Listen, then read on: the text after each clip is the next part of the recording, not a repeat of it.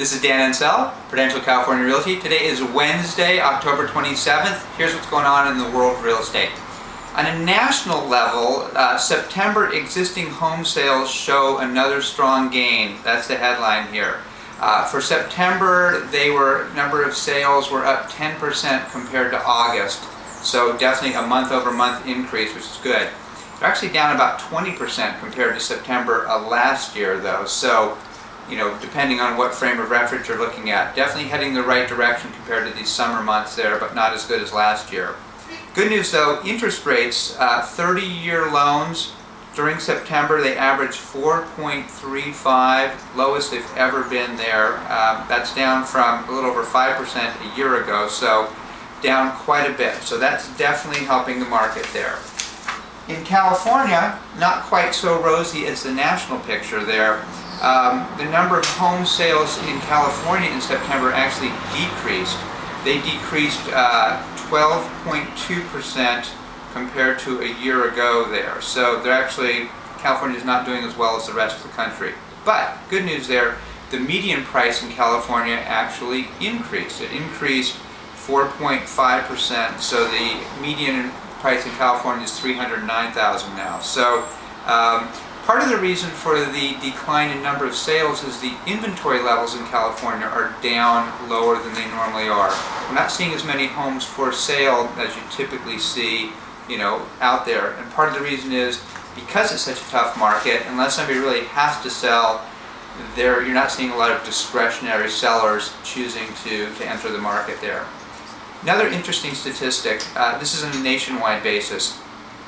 Price reductions for homes currently offered for sale increased for the fourth consecutive month. So sellers are getting it. Their agents are driving into their homes, into their heads, that if your home isn't selling, price is an important factor there. We need to keep adjusting the price to where we find the real price should be, where we're actually attracting offers.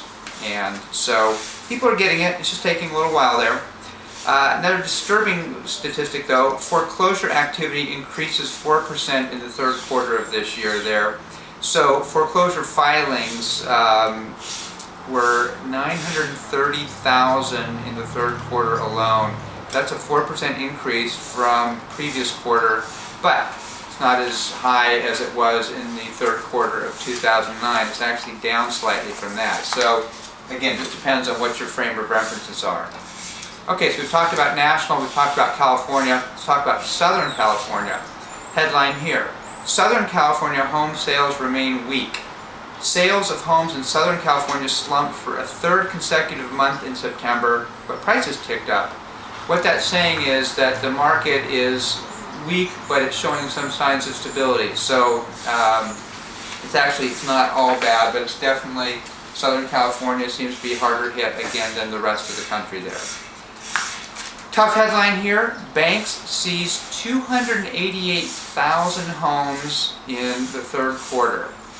And this is on a nationwide basis, so just in one quarter, that's the largest number of homes that have ever been entered the foreclosure process in any quarter there. So again, there's always a delay from when they start to when they finish there.